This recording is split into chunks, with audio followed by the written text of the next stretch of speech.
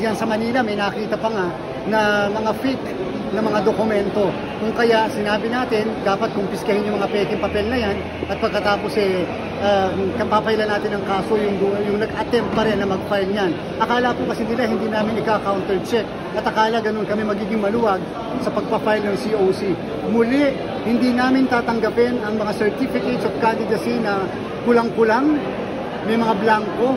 Number 2, nung mga overage na mga SK candidates at nung mga hindi registered voters natin. Yung mga birth certificate, yun ang problema. Para lang patunayan na sila ay hindi overage, magpuproduce ng birth certificate.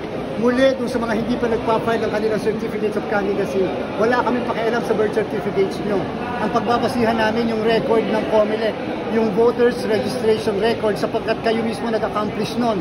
Ibig sabihin, kung ang in-accomplish nyo mali sa birth certificate nyo, ay bakit pinanumpaan nyo yung in-accomplish nyong voters registration record?